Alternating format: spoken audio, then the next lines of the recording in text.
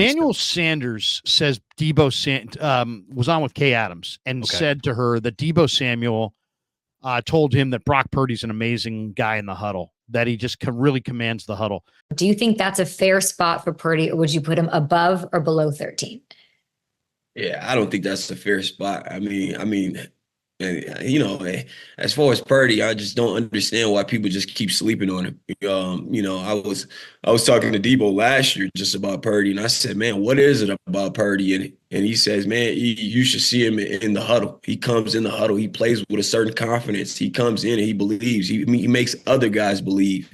And I play with quarterbacks like that, and that's the type of guy that the Niners have. And I mean, last year, you know, he was a couple plays from being a Super Bowl champion. Would that ranking still be the same? But you know, everything that I'm hearing is just keep sleeping on Purdy. He's going to keep proving him wrong. But man, what a heck of a story to go from Mr. Irrelevant to being relevant and going to the Super Bowl last year. And I'm rooting for Purdy. I hope they finish it this year and go and win it all. You know, the one thing about Brock is he seems like such a polite, nice guy who would never get in anybody's face. He gets asked stupid ass questions every week by me personally, so I know it's firsthand. And he never ever shows frustration with me or with anybody else. Yeah, he's the nicest. And he almost answers every question with yeah, and then he goes and answers your question. But he's not like that with the players. You saw when Ray McLeod decided he was going to freelance and turn outside when the play design had him turning inside. Yeah. Purdy was like, "What are you doing?" That's right. And he's like screaming at him, and then they're on the field and he's still screaming at him. Yeah. Because you got to know where your receivers are going to be. So Brock will sound guys out. Ray told me the very first time that he got in the huddle with Brock that Brock was like MFing dudes, like, get in here. Shut up. I'm talking. You shut up. You know, like he's not this super polite, quiet guy in the huddle. He's a take charge. I'm in charge here, leader. You guys follow me, or, you know, he's a taskmaster. He's driving his dudes hard. Let's just say that. And I thought it was interesting that Emmanuel Sanders, you know, shared that with Kay Adams, that Deebo shared that with him, that he was like, hey, look, this guy's in the huddle. There's a presence about this guy, and he'll get in dudes' faces and he'll tell them they're fucked up. Well, isn't that exactly what Kyle wants? Kyle doesn't want to have to be in the huddle too. And so often with Garoppolo and Lance, he's not actually in the huddle, but he's having to give him the play again. Just these little things that prevent Kyle from maybe fully engaging or being 2-3 plays ahead. And he ends up jammed up with the clock, ends up jammed up with timeouts, ends up jammed up when he doesn't have a 4th and 1 ready to go on the ready, because he's having to live in the moment because he can't trust his quarterbacks to simply get out the goddamn play. Right. And that stopped the second Brock Purdy took over. And again, I know it sounds harsh, but like these were simple things that Kyle thought were just universal at the NFL level. And that was many, many years ago. He quickly found out they're not. And he, from what I can, gather, planned on that never happening again, which is why Brian Hoyer was his first quarterback when he showed up in San Francisco, which is why they overlooked a Deshaun Watson and overlooked a Patrick Mahomes to go in on Kirk Cousins, and why they wanted to trade for Jimmy Garoppolo, because they thought, well, this guy's coming from New England. He's got to have his shit together. And it turns out he didn't really have a shit together. That's why they were trading him. Kyle doesn't want, I get the feeling, I mean, maybe I'm wrong, but I get the feeling Kyle does not want to coach quarterbacks, that he wants to call plays for quarterbacks who know how to play. He doesn't really want to be, he's not a quarterback whisperer. He's not Mike Holmgren. He doesn't want to bring quarterbacks along. He's like his dad. His dad didn't want to bring Steve Young along. His dad wanted to call awesome plays that Steve Young could execute.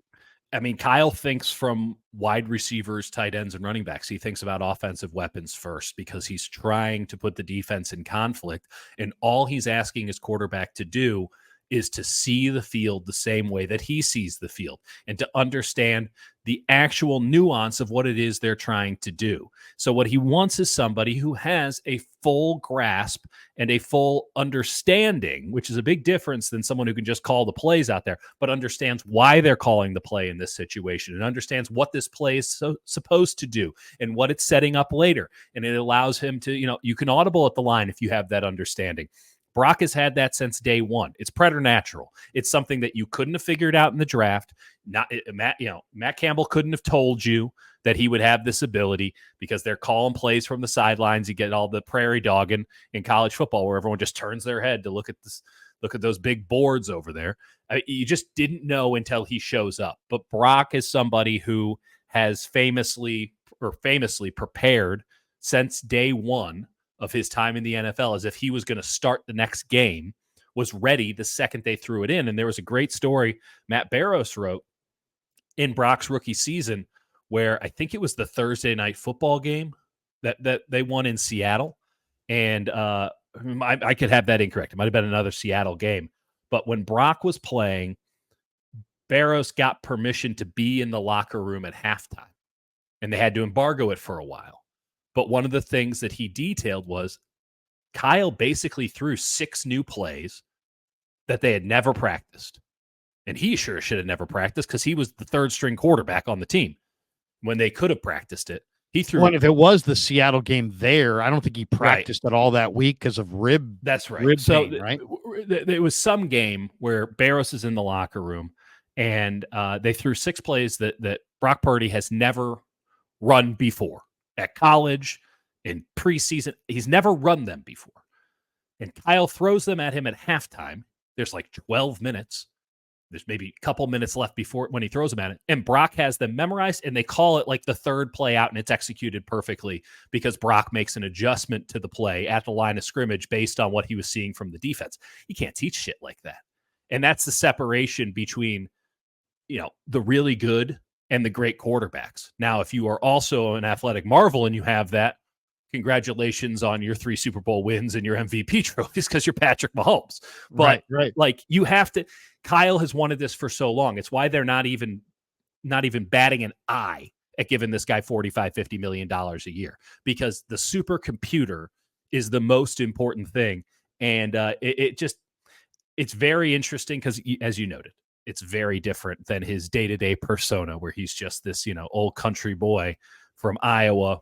I mean, previously suburban Phoenix, which we all know, deep country roots, but like it is very different, but he's not fucking around. And that makes a lot of sense when you consider, like, for someone like him who's making $1 million and whose career almost went up in smoke at the end of the first, right? Who knows what's going to happen with that injury. Like, he's had to fight, scrap, and claw to get the opportunity. He's not going to let some veteran wide receiver, I don't care if it's Deebo Samuel, I don't care if it's Jerry Rice, mess around in the huddle so that he can't get this play relayed to his team. You're not going to screw this up for me. I'm the quarterback. This is my job. I'm going to do my job. And I don't care what your rank is, because there is no rank higher than quarterback on the field. I mean, he's a special dude.